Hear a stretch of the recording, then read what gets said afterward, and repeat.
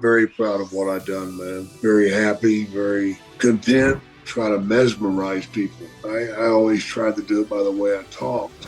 He was learning. He was very young. I tried to help him out as much as I could. He came to my dressing room and wanted to make sure that the snake had been fixed. His way to figure that out was for the snake to bite me first. Yeah, we told him, slide your feet, that way the snakes will get out of your way. Did he listen? Hell no. A lot of people got crying, man, in the audience when they thought the earthquake had squashed Damien. It took over 2 years to get me sober. I meet people all the time come up to me and tell me that I'm the reason they're sober. And that's all it's about. It's about trying, man. Rewind, recap, relive. For over 50 episodes, the revolutionary force in wrestling interview. It's such a privilege to be able to sit down with my guest today. He really needs no introduction, but I'm going to give him one anyway.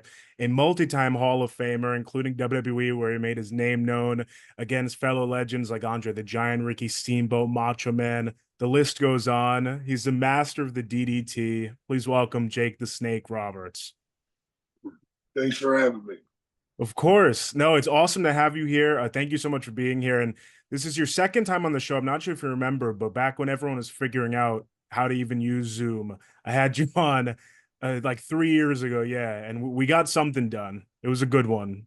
Something. All right. It was fun, but I'm so glad to actually be able to see you now and get this going. And I want to dive into a project that you've been working on, a Hall of Fame cruise that you're putting together, Jake the Snake Roberts Hall of Fame cruise with names like Hacksaw Jim Duggan, Bushwhacker Luke, many more, making stops in Mexico. Can you tell us how this came about? A phone call, man. You never know till you ask. Yeah, Sometimes you just don't ask. But I asked, and they like the idea, and we're doing it. And that's it's going awesome. to ask, man, for all the fans and everything to come out and hang out with us for 5 days. We'll make a couple of stops in Mexico, leave from Tampa, return to Tampa. We'll do my comedy show while we're out. Nice. So there's going to be lots of stuff happening. And when you say you asked, did you ask the fellow legends who are on it? Did you call someone specific saying you wanted to put on a cruise? I called people, yeah. Okay. It's going to be fun. Well, I'll put everything below if anyone wants to check it out, the links on where to purchase tickets and everything. For a fan who might buy a ticket and go on this 5-day journey with you and the other legends, what do you think they can expect? Expect the unexpected. I don't even know. I'm going to have a blast. I'm going to meet a lot of people. I'm going to sign a lot of autographs and shake a lot of hands, man. Nice. And it's something I enjoy doing, meeting the fans. So Yeah. it's sweet. Oh, that sounds fun. Have you been on Chris Jericho's cruise before? Oh, yeah. Oh, yeah. Nice. Oh, yeah. I've done the Jericho cruise a couple of times, and doing this one's going to be awesome, man. I Just can't. really. I'm excited to see all the pictures and everything. Another project that you've been busy with is your podcast, The Snake Pit. And Yeah. it's been really cool hearing all those stories. What has it been like for you connecting with old friends and getting out there, all those stories out there on a podcast? Oh, it's great, man. I just keep laughing. I see. All the ridiculous crap we did back in the day. I don't know how I survived it. No, and you've got some great co-hosts there and friends that come in and out. Million Dollar Man, of course. I know you and him are on quite frequently together. Yeah. Diving back in those stories. That's really cool. Well, everyone should definitely check out the Snake Pit. Well, it was the DDP Snake Pit for a little bit too, right? For a little bit. Then I shoved him aside and kept on going. That's what you got to do sometimes. Sometimes you got to ditch it, man. You just got to ditch the dead weight. Yeah. Well, you have such a legendary career, Jake, that I really want to hop into. But on a sadder note, on the topic of legends, we really just lost a great one in Sid Udy, Sid Justice, the whole wrestling world. And I'd love to hear what memories come to your mind when you think of Sid. He was such a physical specimen, and he just incredible athlete. And He loved softball. I Loved can't- softball. Like his nickname was Softball Sid. Was it really? Oh yeah. Oh, Oh yeah. He loved to play softball, man. He could knock that damn ball a mile. I could But only he's imagine. an incredible athlete, man, bar none. Yeah. I've seen a lot of people coming out and saying like he was this huge, giant, vicious and everything, but also like a really caring person behind the Yeah. scenes with his family. Yep, he was. One great moment you had with Sid, I remember, was when you actually were in disguise and you came out and assisted the Undertaker. Do you have any memories from that night? Oh yeah. Yeah. Putting the mask on, man. Yeah. With the blonde wig. Yeah. Surprised everybody, man. Nobody knew who I was. What was your relationship like with the Undertaker in your career in WWF? I was great. We spent a lot of time together. Made a lot of road trips together. Places we probably shouldn't have, but we did. That's I'm sure seeing you two walk in anywhere was crazy for anyone that was there. Yeah, it was pretty wild, man. Once we walked in and took the seat, everybody was migrating our way. Um, you were both such dark characters during your WWF time. You did some great stuff together, but were you two ever bouncing any ideas off each other that you remember? I don't remember. I'm sure we did. Yeah. Uh, I love to talk about the business, and he was learning. He was very young, and I tried to help him out as much as I could. Mhm. And I believe he'll tell you that I did a pretty good job. Yeah. I could see that. Yeah. Have you ever maybe considered going on? He has a big podcast now too, 6 Feet Under. Okay. Yeah, I'll probably do his podcast sooner or later. That'd be really cool to see you two connect on there. Um, Yeah, do you remember any of the funeral parlor skits? There's one in particular that I love that you did with Undertaker and Paul Bearer. You DDT'd Paul Bearer, and Undertaker is following you with his hand still in the coffin. yeah, stuck in the coffin. Do any Yeah, memories come to mind from that one? I hammered his ass with that chair. I mean, I laid those jokers in. I must have hit him a dozen times. Yeah, you did. What was Paul Bearer like? Well, he was good, man. He was good. A pleasure to be around. He was funny. I've heard he was always making everyone laugh there. Well, you can't like overstate the success the Undertaker had in his career. You were one of the first streak victims of the Undertaker early on. How do you look back on that match? Just another match, man. It's another match. Just another match. I was leaving, and the job needed to be done. And it did well for him too. Sticking with that later part of your first WF run, I want to get into your rivalry with Macho Man and Mhm. some of the memories you have from that feud. Can you take us back to the infamous wedding scene when the snake pops out of the box and Macho Man and Miss Elizabeth go crazy? What do you remember from there? Laughing, just laughing at him. That was done in Madison Square Garden. Was anyone apprehensive, you think, about the snake being in a box without you really there at first? Because you run in later, but before Yeah, you get there, they just open the box right up. yeah, we had people watching for it. Hmm, just in case.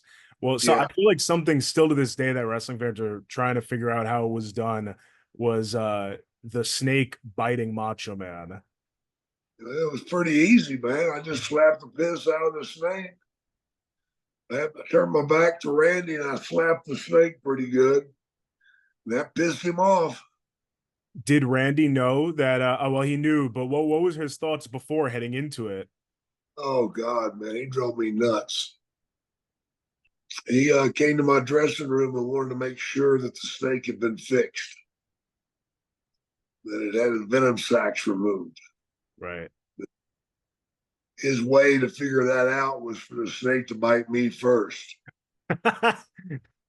So I let it bite me. And then he'd sit there and watch me for about 30 minutes to make sure I didn't pass out or anything. Yeah. When he seen I was okay, he's all right, we'll do it. And then the famous moment, wow. And then it bit his arm. Well, someone else who crossed paths with who really hated the snake and had an awesome moment running away from it was Andre the Giant. Yeah. Was that fear he had as real off screen as it was as what we saw? Absolutely not. Oh, wow. He had no fear.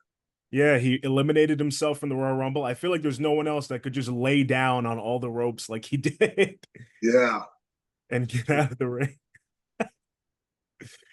Well, Jake, I know you had some issues with this next person I'm going to bring up at the height of both your careers, but I heard that you two actually resolved it as time went on, and that's Ultimate Warrior. How did Yeah. that feel for you at the WWE Hall of Fame to kind of put that to rest? Felt really good, man. Felt really good. I didn't see that coming. Uh, I went there with all intentions of having a fight. And I was looking for him at the time. Then he tapped me on my back. I turned around and he started apologizing and saying how bad he felt about what he had done. And he knew that it cost me millions. It cost me a lot of money, man. That must have been, yeah, like really therapeutic to be able to get in there with him then and Yeah. actually to bed. Especially, yeah.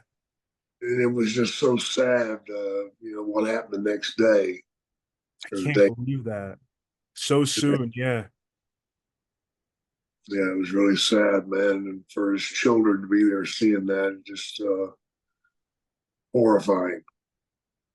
No, seriously. I always thought it was so strange how it worked out that nice but very sad that his kids got to see him up there at least Yeah, once in the spotlight. yeah, Yeah. it was bad, man. Do you have any memories? I think this week, years ago is when those snake pit scenes that you did with Ultimate Warrior leading up to Undertaker. I think it was sometime around then that they aired. I've been seeing videos of them everywhere. Do you remember the one of him in the room with the snakes?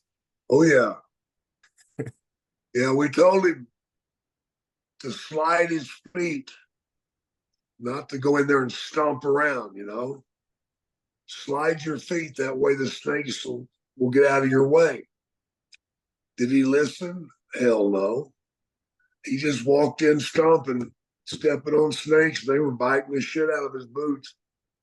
Wow. Oh my God. I can't imagine. And he was really locked. I mean, for all intents and purposes, he was really in that room, right? With a bunch of snakes locked in. Those snakes. They age really well, those things. It's great to go back and watch those, though. You and Warrior, you had some cool moments on screen for sure. Yeah, they were. What was it like learning that you were first gonna work with him when it first all started? Well, that was another story.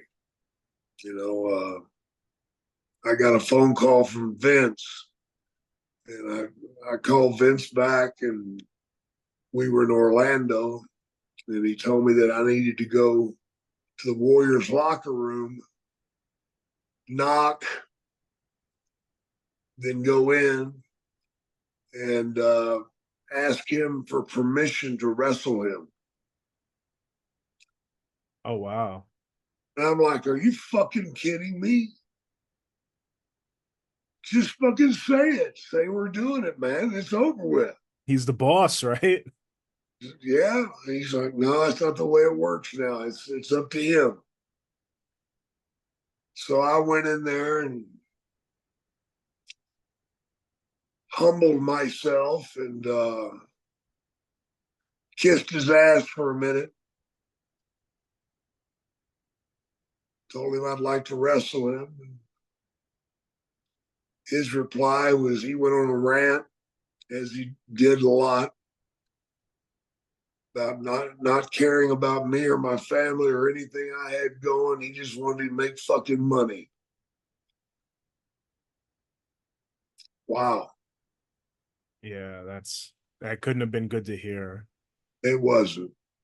And like we said, really cool that it all came full circle later, though, and you're able to talk to him kindly. But that's a crazy way to start any type of relationship, especially working wrestling somebody. Yeah, it was bad, man. A point of your career that I find really interesting is when you went down to Mexico, AAA, and Yeah. this wasn't on a cruise. This was this was crazy. You had a great feud with Conan. I just watched like a whole montage of your time in Mexico that someone did. It was a great piece, but your stuff with Conan, it looked crazy that how passionate the fans were there, and so many. Oh yeah. Yeah, can you tell us any stories about how bad the heat was that you got? Well, the fucking heat was incredible, man. They had to watch me 24/7. Wow. The first night that we did it was whenever we were ringside, Sherry and I got involved in the match. We had to fight our way back to the locker room, Oh my God. 75 yards. And it was a fight. I mean, punching, stuff being thrown on us, people spitting on us, throwing nacho cheese on our face, pecani sauce, piss, everything you think of, man. My only bitch was Sherry was in front of me and she kept knocking all the guys out. I didn't get a chance to hit many of Oh, that's so good. She was taking him out first. them. Oh yeah. But we had some serious heat down there, man. I know I did a promo on a TV station, and the people rioted around the TV station. They had to bring water cannons in and blast them with water cannons. Oh my God. Yeah, it's pretty wild, man. Um, I think you also crossed paths with a young Eddie Guerrero there, right? Yeah, we were tag team partners. Oh, there you go. What was he like early on? Oh, he was super, super ahead of his time. Mhm. Damn. Were you at least able to go around town, or did it extend past the arena too? I couldn't go out much. Wow. No, it wasn't safe. Well, it'll be good when you head back there now under different circumstances on the Jake the Oh, Snake yeah. Roberts Legends Cruise that everyone should check out. Hopefully, nobody remembers that. Yeah. Oh yeah, you never know, right? You know, damn sure don't. Well, Jake, I ran down just some legends you were in there with earlier on, and you really are one of the most iconic names to ever do it. And I think it's always interesting to wrestling fans that you never held a title while in WWF. Mhm. Were there ever plans for you to hold the title? Not that I know of. Okay. Not that I know of. Was there a title that during your time there you wanted to win? World heavyweight title would have made me happy. Yeah. You know, No, absolutely. you're going to win one. Why don't you win the big one? Go for big. Yeah. Yeah. I know that you feuded with Honky Tonk Man, right, for a little bit for the IC title. Yeah. Was it around then that the guitar shot happened? Yeah. What went wrong with that? It was a real guitar. It was damn thing was a half inch thick. It wasn't one of these Jeff Jarrett exploding guitars. Yeah. I mean, he hit me several times, and you see that it never exploded. Did you know that it was going to be a real guitar? I knew it, but I didn't know he was going to hit me in the head. Okay. I thought he hit me across the back. He decided to hit me in the head. Do you take pride in still being one of the most iconic names in wrestling, having never held a title in WWF? Yeah, I'm very proud of what I've done, man. Very happy, very content, you know, Yeah. and, uh, just wanting to keep reaping the rewards, Yeah. you And you're doing so much now. Like I said, I mean, I feel like your name is more out there now that you're healthy and everything too, out there in such a good light. Yep, yep. It's all positive, man. It's such positivity, and I really love to see it. Yeah. I know all your fans do too. Can you take us back to the night that Earthquake squashes Damien and how that whole angle came about? Well, they told me they wanted to do it, and I was fine with it. They told me how we were going to do the switch, so that was basically all there was to it. Was the switch. A lot of people got crying, man, in the audience when they thought Earthquake had squashed Damien. But it was my idea to tie myself in the ropes. Oh, and make yourself watch. Yeah, yeah. That's where the heat was. Yeah. No, that's Yeah, psychology. It was sick, yeah, making you no, absolutely. yeah. Um, Vince's idea was to have me on the floor and not see it. That sucks. yeah. Because then what happens? You get up later and you notice it. You should absolutely be watching it. Yeah. Well, obviously, so Damien wasn't in there, but do you remember? So you said the crowd. Do you remember if anyone backstage was fooled, or was everyone kind of Yeah.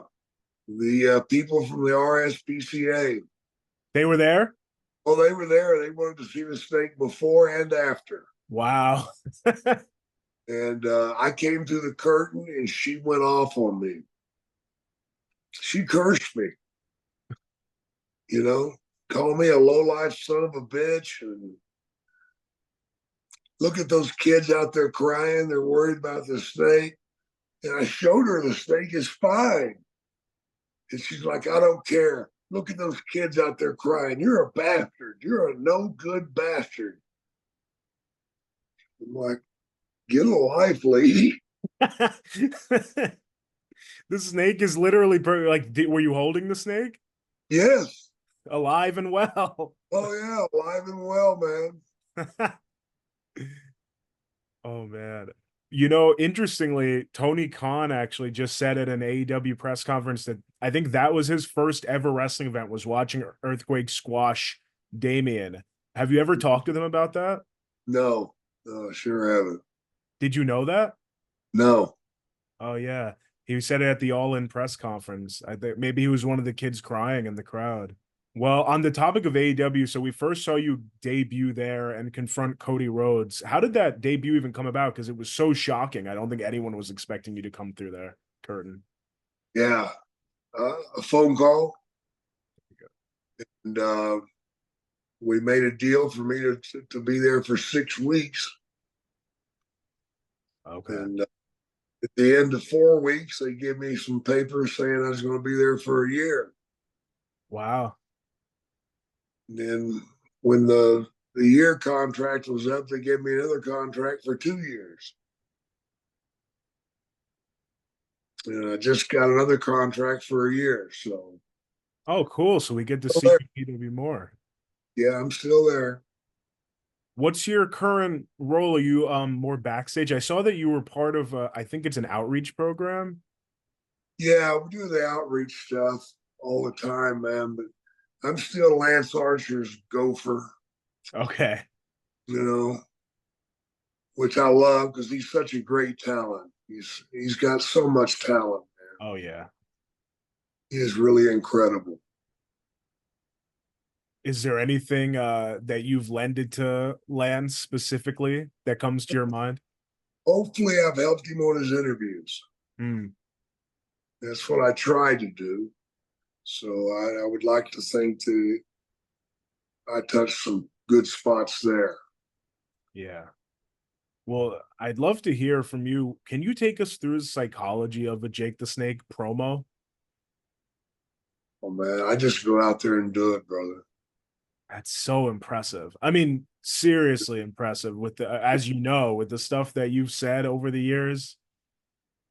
I got a lot of my stuff from music, Mm, from songs, of course, and a lot of Pink Floyd, a lot of Rolling Stones, The Who, yeah.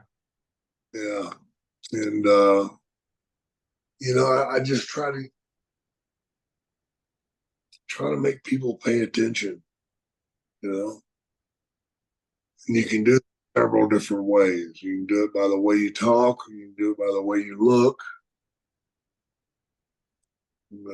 I always tried to do it by the way I talked, and then try to mesmerize people Mm, by what I'm saying. yeah. Play a little game with them, a little cat and mouse game. Oh, absolutely. And also the whispering, of course, like speaking, especially in a time when you were surrounded by people screaming. I've heard Mick Foley say that when he was doing the Mankind promos, he would be in a different location and go to such a dark place that he wouldn't even want his wife to pick him up afterwards, after he Right? went to that place. Do you go to any type of, have you ever gone to such a dark place doing one of those? No, No. no, no. I kept it up on the right deck. Nice. Well, it showed. I mean, those promos are insane. On the topic of AEW, so you confront Cody Rhodes. What were your thoughts on Cody leaving AEW and going to WWE and really everything he's done there since him? He's killing it. Yeah, he made the right move, man. And I sure hated to see him go, but he chose the right way. Now look at him. Absolutely. So he's got the world by the tail, man. I don't think he's going to let go for a while. I don't think so. No, he's like taking over this generation. He really is. Cody Rhodes is, and it's so cool to have seen that journey. When I started watching wrestling, it was when he was with Randy Orton. And so seeing Right? from there to now, so cool. Yeah, he's made a lot of changes. Yeah, evolved, right? Changed Yeah, persona up. You and Cody share a mutual friend in DDP, yeah, and I had Dallas on the show a few months ago, and he told an awesome story about you two first meeting the night that you walked into his club.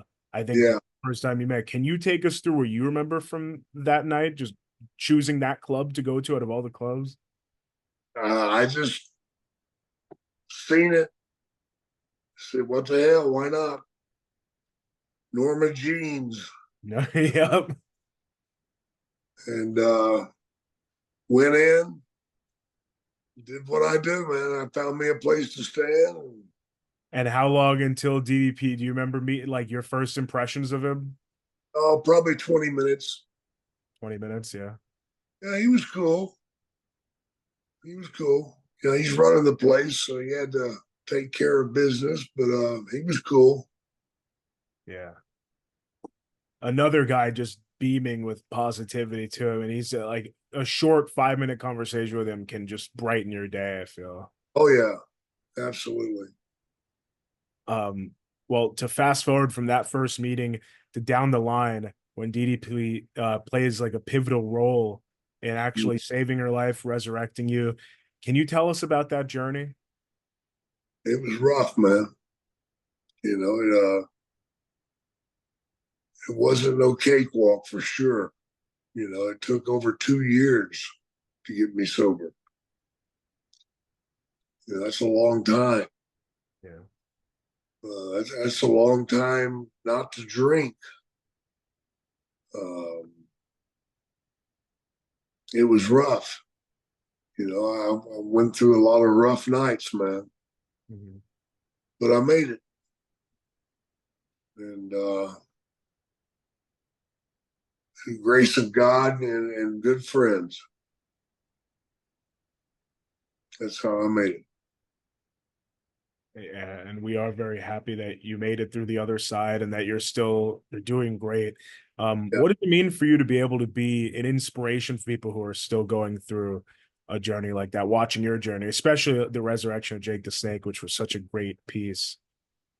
Yeah, I meet people all the time that come up to me and tell me that I'm the reason they're sober. You know, that watching watching watching it made them try. And that's all it's about. It's about trying, man, and hope. Yeah. Because whenever you're down and out, brother, you don't have any hope. Nothing. An empty basket, man. And luckily you had great friends, TDP. Yeah. And with them, no, you made it through the other side. We talked about your promos earlier. They're incredible. The WrestleMania 6 promo, as I feel the one that I hear wrestling fans talk about the most, right before your match with Million Dollar Man. And Yeah. yeah, and you really laid in with that promo. Do you remember the promo and then what were your thoughts on the match? Oh, yeah. I remember the promo. Will Sasso does a pretty good Oh imitation. my God. Wait, you saw that, right? Yeah. Yeah. Yeah. So I sent him a little something back. It'll be interesting to see if he shows it. Wait, you did? What was it? Oh, I gave him a promo. Oh, that's amazing. Is it on your Instagram or you just sent it to him? I just sent it to him. Let's see if he puts it out there. Have you two ever spoke in the past? No. I can't imagine the feeling of just receiving a random Jake the Snake DM promo on Instagram. Yeah. Yeah, I remember that promo pretty well, man. It was a good one. Mm-hmm. The match was a great one. We had one of our better matches that night. Right. I've heard you say, yeah, you both really enjoyed that one. Well, I've heard you talk about someone else that you wish you could have had more time with. That's Randy Orton. Or wish you could, yeah, other than that little return you did in 2005. You wish you Yeah. could have worked him more. How would you have liked to see Randy Orton and Jake the Snake feud? I would have worked with him, man. Yeah. And I think from that, he would have learned a lot. Mm. And learning's a process, man. And he has so much talent. No, Yeah. more of you guys together. I feel like more than anything, the psychology would have been incredible. Oh, yeah. Yeah. We would have threaded the needle there. Mm-hmm. Well, what do you think of him closing in on that Ric Flair record? It seems like it's just between him and John Cena now. Yeah. They might break it. Well, you know, 17 times world champion. Doesn't that mean you lost it 18 times? To me, that's a losing it that many times. True, the other side of the coin. Yeah, you're right. Yeah. Did you have any thoughts? Do you like longer reigns, you think? Are those more impactful, like what we just saw with Roman Reigns? Yeah, I think so. One last return you did in 2014 with CM Punk and the Shield, and you Oh, came yeah. out. Everyone in the ring looked so happy to see you. Dean Ambrose was even smiling. John Moxley as you put the snake on him. What comes to mind when you think of that return? CM Punk telling Moxley that the snake shit on him. Really? Yeah, but the snake didn't shit on him. But he was telling, oh, that's so funny. Yeah, Wow. that's the reason Moxley's laughing. God. I never heard that. That's amazing. Yeah. Well, I'll run it home then, Jake. Thank you so much for making the time to be here today. I really appreciate it. And I love just scratching the surface. Thank you to Brandy as well for helping set this up. Now, you've had a crazy journey in wrestling that we've spoken just a bit about. If you could go back and give any sort of little advice to young Jake the Snake Roberts, who's just about to step into the business for the first time, do you know what it would be? Stay clean. Excellent. That's the only thing I'd say to him. Stay clean. Well, thank you, Jake. All right. Thank you. Rewind, recap, relive for over 50 episodes. The revolutionary force in wrestling interview.